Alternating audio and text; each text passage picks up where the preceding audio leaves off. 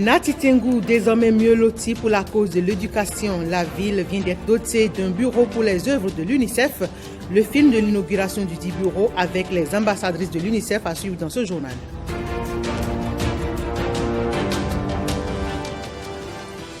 Le TOFA invite à la culture de la patience en 2023. L'oracle a été consulté ce week-end par les têtes couronnées membres du FA Boshola.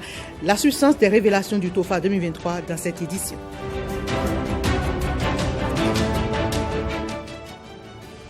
L'amicale des femmes de l'OTB était en fête avec les enfants de l'orphelinat La Grâce Divine de l'ONG La Maison d'Israël. C'est la Noël anticipée. Retour dans ce 13h sur ce moment chaleureux de partage. Mesdames, Messieurs, bonjour et bienvenue au rendez-vous du 13h. On démarre avec le deuxième sommet USA-Afrique. Il s'est tenu du 13 au 16 décembre 2022. Le président Patrice Talon y a pris part avec 4 membres de son gouvernement. 3 jours de sommet au cours desquels le Bénin a signé de nombreux accords avec en ligne de mire le compact régional entre le Bénin, le Niger et le gouvernement américain. Jérôme Hungbo et Bio Mohamed pour plus de précisions sur cette sortie du chef de l'État.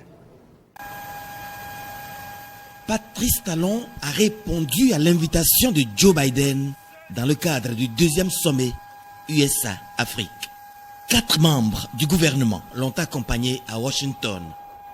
Abdoulaye Biotchane, ministre du Développement, chargé de la coordination de l'action gouvernementale, ministre d'État. Romuald Wadahi, ministre de l'économie et des finances, ministre d'État. Aurélien Agbenonsi, ministre des Affaires étrangères et de la coopération. Alimatou Chadia Assouma, ministre de l'Industrie et du Commerce. Avec sur les lieux, Jean-Claude Dorego, ambassadeur du Bénin, près les USA. Patrice Talon et les membres de sa délégation ont effectué une première séance de travail au siège de la Banque mondiale. Il y a quelques années, le chef de l'État avait placé le Bénin sous observation à l'aune de la vision de développement imprimée au plus haut sommet de l'État. On s'est vu il y a quelques années, si vous vous rappelez très bien, et je vous avais dit que ma première demande était que vous observiez le Bénin. Aujourd'hui, les résultats sont palpables. Les indices macroéconomiques ne cessent de croître en performance. B+ avec perspective stable. C'est la notation de l'agence Standard & Poor's pour le Bénin, malgré le contexte économique mondial dégradé. Prochaine étape, le siège du Fonds monétaire international. Merci de m'accueillir. Les cadres de l'institution de Bretton Woods ont été séduits. La croissance économique du Bénin devrait se maintenir à un niveau élevé, en moyenne 6,3% dans la période 2023-2025, grâce à des réformes qui ont valu à Patrice Talon des félicitations de Kristalina Georgieva, directrice du FMI. Elle l'a exprimé à travers un tweet. Je l'ai félicité pour son ferme engagement en faveur des réformes. Fin de citation. L'acte majeur pour Patrice Talon lors de ce deuxième sommet USA-Afrique est la signature d'un compact régional entre le Bénin, le Niger et le gouvernement américain. Une grande première, preuve de la conduite dans les règles de l'art par le Bénin du précédent compact du Millennium Challenge Corporation. Ce pacte investira plus de 500 millions de dollars pour construire et entretenir les routes et mettre en place des politiques qui réduiront le coût du transport, faisant plus facilement et plus rapidement des transferts par bateau entre le port de Cotonou vers les pays enclavés.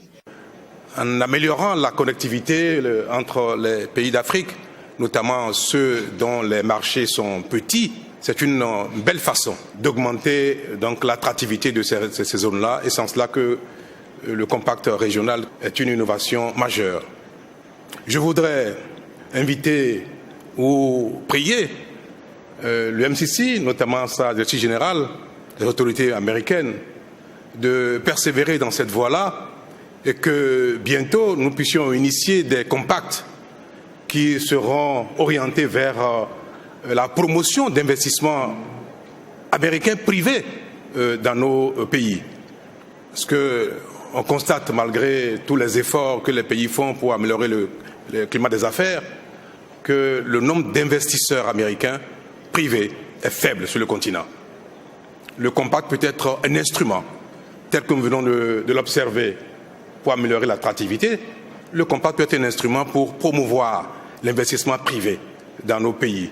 Parce que le développement ne peut pas venir durablement rien qu'avec les investissements dans les infrastructures, avec les investissements dans tout ce qui concerne les bases pour le développement. Mais pour qu'il soit réel, il faut effectivement que des investissements privés viennent sur ce continent. C'est le seul moyen de créer du développement réel durable. L'attractivité de l'Afrique doit être un élément dans le rapport entre les États-Unis et chacun de nos pays pour que le privé prenne le relais des efforts que font les uns et les autres dans la promotion de l'économie africaine. À ce sommet USA-Afrique, Joe Biden s'engage à investir sur le continent 55 milliards de dollars dans un grand nombre de secteurs. Mais il faut, dira-t-il, une bonne dose de bonne gouvernance telle qu'elle se déroule actuellement au Bénin depuis 2016 et saluée par le président américain.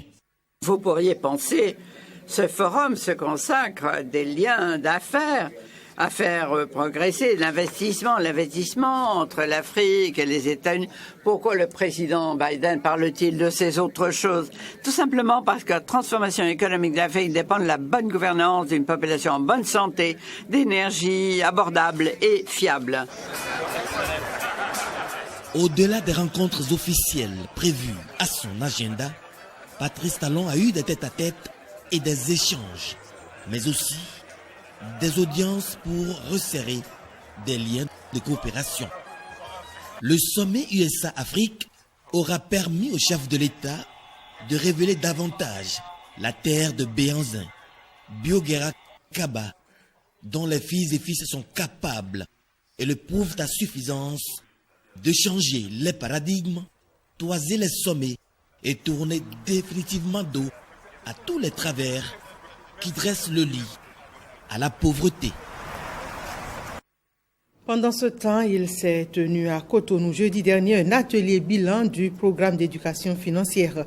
L'atelier a regroupé plusieurs acteurs du secteur de la microfinance et c'est sur initiative de Adapami Bénin en partenariat avec les systèmes financiers décentralisés. Il s'est agi de faire le point de l'avancement des travaux en cette dernière ligne droite du dit projet. Il en ressort que sur 65 000 personnes prévues, on compte déjà plus de 90 000 bénéficiaires. Jennifer Sativi et Rodrigue Grondoumé pour plus de précisions. Ils ne contiennent pas leur satisfaction en cette dernière ligne droite du projet Adapami qui, à travers son programme d'éducation financière, a touché une importante frange de la population béninoise. Il s'est avéré nécessaire de dresser le bilan de cette belle initiative ayant contribué, entre autres, à la formation en notions financières de base et en éducation financière de près de 100 000 personnes. Le projet prendra fin cette année, certes, mais sachez que désormais, vous êtes les fondations à partir desquelles de nouvelles initiatives en éducation financière se bâtiront. Nous avons commencé... La vision du projet Adapami, celle d'amener les citoyens à changer leur rapport avec l'argent, ambitionne de contribuer à l'éradication de la pauvreté. Elle bénéficie du soutien de l'État.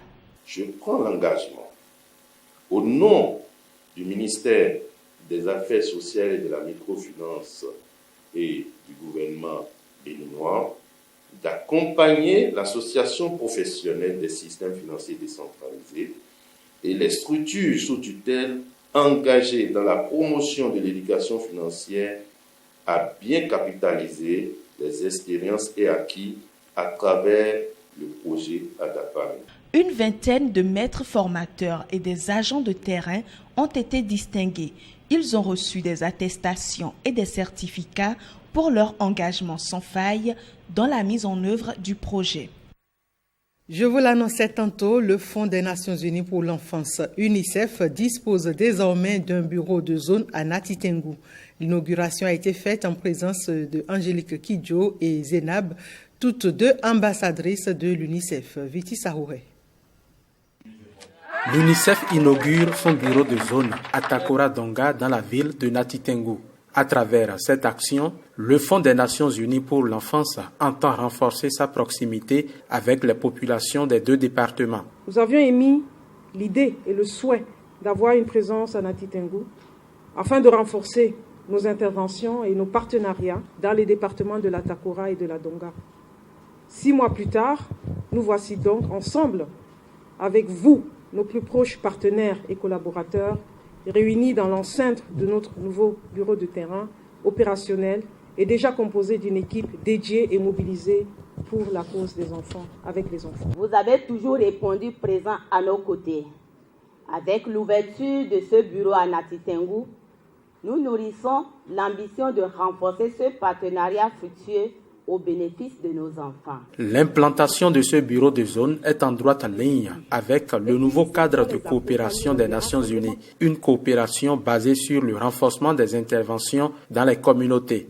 Je voudrais réitérer l'engagement du système des Nations Unies à accompagner les actions du gouvernement dans le département, notamment pour le renforcement de la résilience des systèmes et des populations contre les différents chocs, particulièrement ceux liés à l'insécurité et au changement climatique. L'UNICEF, Fonds des Nations Unies pour l'enfance, existe au Bénin depuis 1979. Le bureau de zone de Nati Tengou est le deuxième au nord Bénin, après celui de Parakou.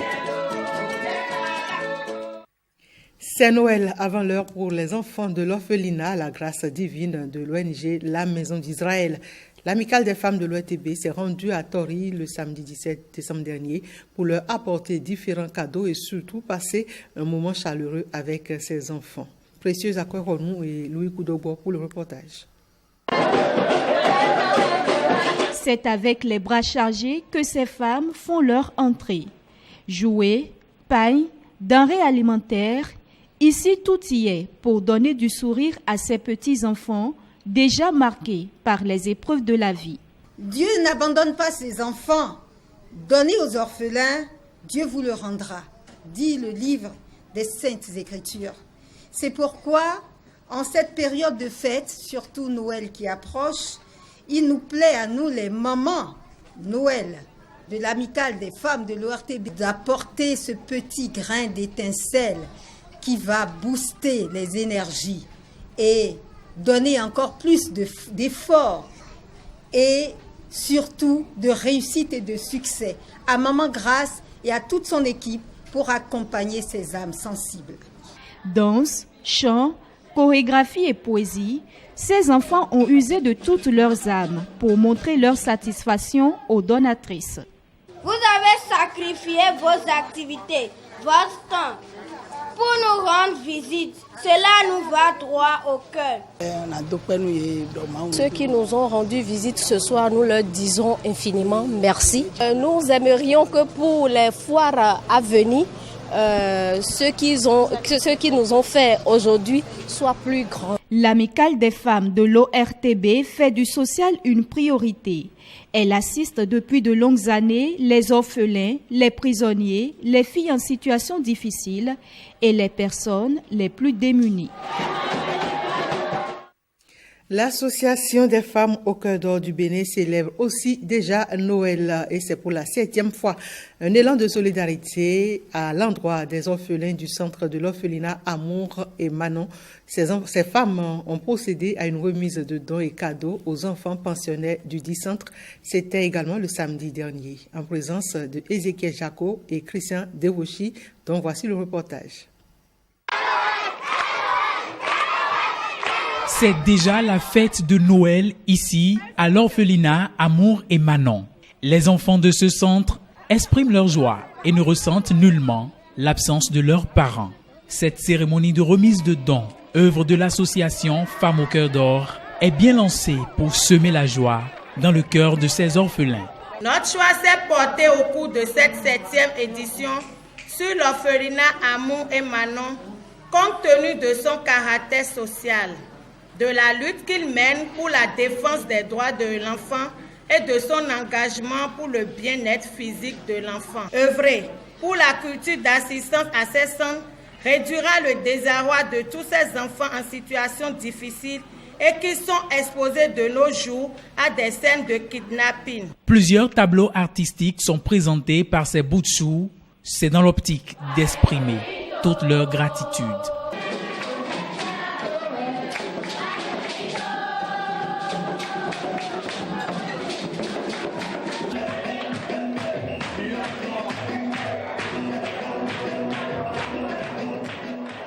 Les éléments de l'association Femmes au cœur d'or, leur présence ici aujourd'hui, c'est une présence à 100% appréciée par le comité de gestion et les enfants. Vous-même, vous deviez constater la vivacité des enfants tout à l'heure. Ils sont fiers. L'orphelinat Amour et Manon est créé depuis 2002. Les Femmes au cœur d'or ont saisi l'occasion pour partager un repas convivial avec ses enfants. Parlons développement agricole avec l'Agence territoriale de développement agricole 4 qui a validé jeudi dernier à Parakou son plan de développement agricole première génération 2018-2021. Les acteurs ont apprécié les acquis avant de faire des recommandations pour l'amélioration des performances agricoles dans le pôle 4. On fait le point avec Jiska Akbovi et Ablaïmouni Yakoubou. Acteurs agricoles, cadres techniques et autorités locales prennent connaissance du rapport sur la mise en œuvre du plan de développement agricole, première génération du pôle 4, déjà à terme.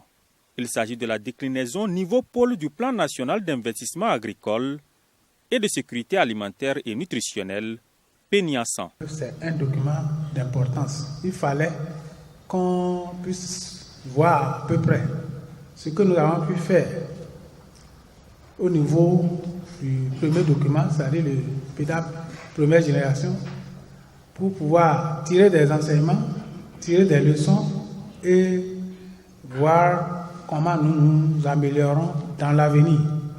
Il s'avère donc indispensable d'évaluer ce document, d'apprécier les dysfonctionnements qui ont inhibé l'atteinte de certains indicateurs, d'admirer ici ensemble les performances enregistrées tout au long de la mise en œuvre de ce document, d'apprécier à travers les difficultés rencontrées les recommandations formulées pour des actions futures, d'apprécier les actions retenues en vue de pérenniser les acquis. Pour les responsables de l'ATDA 4, le succès du rapport s'est avéré aux yeux des acteurs et partenaires.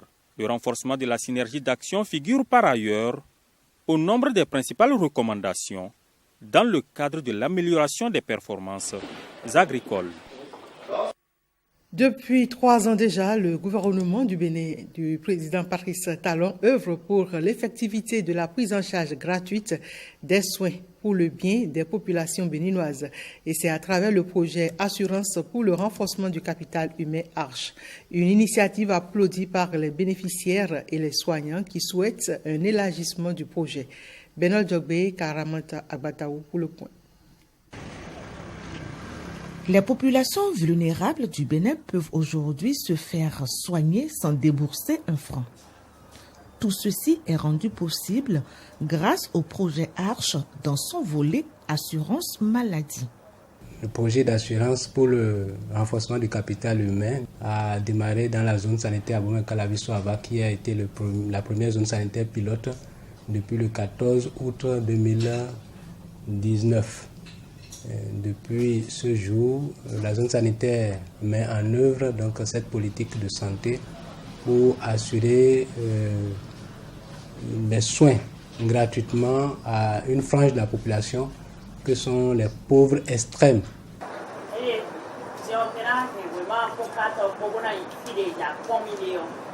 Tout comme Emmanuel, nombreux sont les citoyens qui peuvent jouir de cette prise en charge dès lors qu'ils ont été identifiés pauvres extrêmes avec leur carte RAVIP.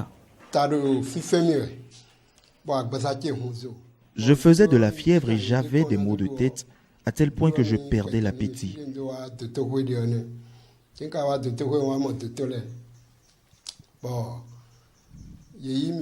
Je me suis rendu à l'hôpital et j'ai présenté cette carte au médecin. Je leur ai expliqué que je n'avais pas de sous sur moi et ils m'ont soigné gratuitement. Abomey-Calavi, Soava, est la première zone sanitaire pilote du Bénin. Nous prenons l'accouchement qui est gratuit, aussi ça Omelopo et aussi l'hémorragie du postpartum. Dans l'autre panier, il y a le paludisme qui est gratuit au centre de santé à Omelopo. Environ 5030 PE qui sont déjà pris en charge dans le cadre donc, de l'assurance maladie H. Et au niveau de nos formations sanitaires, que ce soit les formations sanitaires périphériques, qui sont les centres de santé de premier contact pour les cas non graves, et l'hôpital de zone, le centre hospitalier universitaire de la zone sanitaire Abomey-Calavi-Soava, qui assure la prise en charge des cas simples comme des cas graves. Nous avons toutes les urgences de chirurgie digestive, à savoir les appendicites, les péritonites, les hernies étranglées. Et au niveau de l'appareil locomoteur, nous avons toutes les pathologies des membres thoraciques, c'est-à-dire des membres supérieurs, et les pathologies des membres pelviens. La plupart des malades que nous recevons, disons 3 sur 5, viennent souvent des régions lacustres. Nous avons la plupart des traumatismes du membre pelvien en bas et du membre thoracique. Le premier résultat, c'est que nous avons la chance de les retrouver plus tôt et donc d'éviter de les retrouver en situation de complications. Au sein du corps médical, on appelle à la poursuite des efforts pour parvenir à une prise en charge générale de la population et à un panier de soins plus large. Si le projet peut être élargi dans la population, ça nous fera plaisir. Et ça va éviter des mésententes entre ceux qui n'en ont pas et ceux qui en ont. Je pense que cette initiative est à pérenniser et à encourager parce qu'au moins, ça permet une prise en charge. Bien que le panier de soins soit pour le moment un peu restreint, je pense quand même qu'au fur et à mesure, toutes les pathologies pourront être prises en charge pour permettre vraiment le bon effort des patients. L'État gagne des hommes en bonne santé et les autres en bonne santé, ce sont eux qui font le développement. Après les zones sanitaires à Abomey-Calavi-Soava, Dassazomé-Glazoué, Djougou-Kopargo, très bientôt, l'effectivité de la couverture intégrale du territoire de l'assurance maladie aux plus démunis. Volet culture de ce 13h, El Hadj Souberou Moussa, imam central de Sakété, est entré dans la plénitude de ses pouvoirs depuis samedi dernier. La cérémonie d'investiture qui le consacre leader de la communauté musulmane de Sakété s'est déroulée en présence de nombreuses personnalités. Et avec cette cérémonie de port de turban, El Hadj Souberou Moussa devient ainsi le 5e imam central de Sakété. Fimé Bassao, prise Rumbo pour le reportage. L'un des événements de l'année 2022 qui a fait vibrer Sakété, l'investiture de El Hadj Souberou Moussa, imam désigné de Sakété, un événement longtemps attendu par la communauté musulmane et qui est l'aboutissement d'un long processus démarré depuis 2018. La grande attraction, c'est le port du turban, puis la remise du bâton de commandement au nouvel imam. Après ces quelques années que j'appelais des années d'observation, nous avons cru bon de faire porter le turban à son éminence Souberou Moussa, imam de la mosquée centrale de Sakété.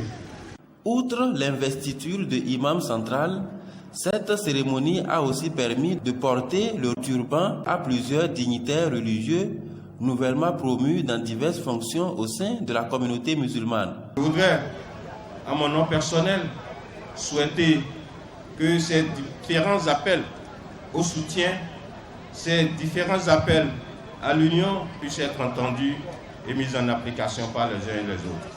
Vous avez fait un clin d'œil aux pasteurs. Vous avez fait un clin d'œil aux religions endogènes et autres confessions religieuses. Oh, quel esprit de paix et d'humilité. Je redécouvre encore une religion de l'islam qui est une religion de paix, qui est une religion de l'acceptation de l'autre. Un bel exemple de coexistence pacifique et de dialogue interreligieux qui doit inspirer. Que réserve 2023 aux populations? L'interrogation a fait l'objet d'une consultation du FA par un groupe de têtes couronnées, membres du CRESER Fagbochola, ce samedi à Abomey-Calavi-Zundia. Selon les consultants, la patience doit être l'une des valeurs essentielles à cultiver en 2023. Le reportage est signé Jean-Claude James et c'est présenté par Ghislain Pouguet. Le rituel aura duré quelques minutes, un temps suffisant pour l'empereur Fagbochola et ses invités de recevoir et de décoder le message du FA pour 2023.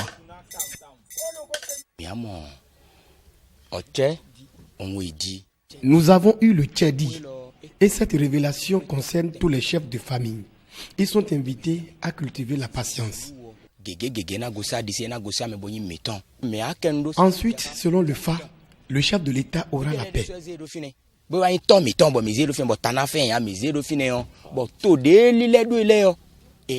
Enfin, le FA prévient contre l'esprit d'adultère qui guette beaucoup de femmes.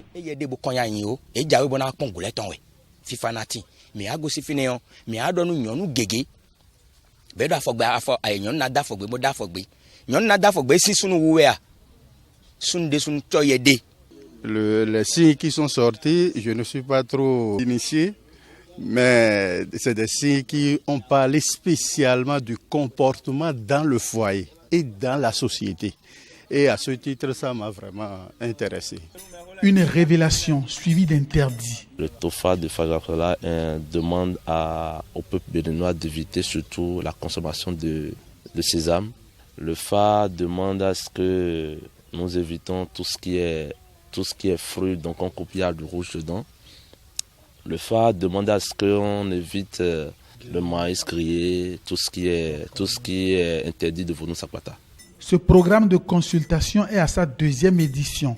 Rendez-vous en décembre 2023 dans une autre commune que le FA aura indiqué à ses têtes couronnées.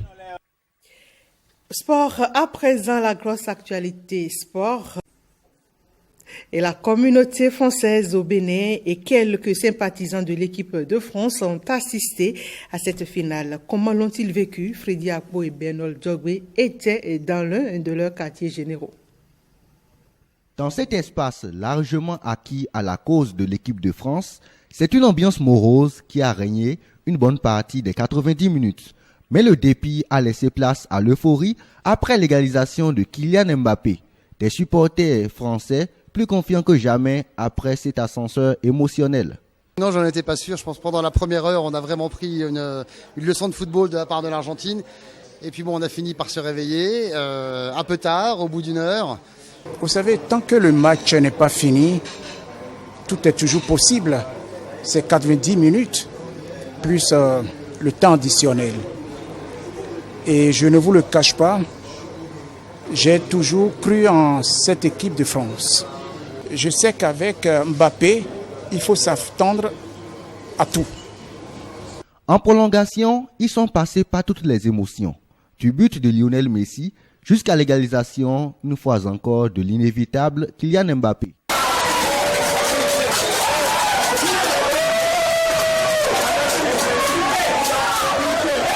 À la fin, c'est l'Argentine qui est sacrée. Mais dans le camp français, l'on reconnaît la victoire de l'adversaire tout en saluant le parcours des Bleus. Moi, je trouve que les deux équipes sont de la même force, de la même puissance. Et je trouve que le sport devrait inventer quelque chose, une règle nouvelle, premier ex-aequo. Parce que je trouve que les tirs au but, moi, ne me satisfont jamais. Oui, ils ont fait un très beau parcours, ils devaient être bien malheureux, ils auraient bien voulu la 3e étoile. Bon, ça sera pour dans 4 ans. Bon, les 2 équipes méritaient de gagner, donc voilà, un beau match en fin de compte. Un beau match en fin de compte. Mesdames, Messieurs, c'est tout pour ce 13h. Merci de l'avoir suivi.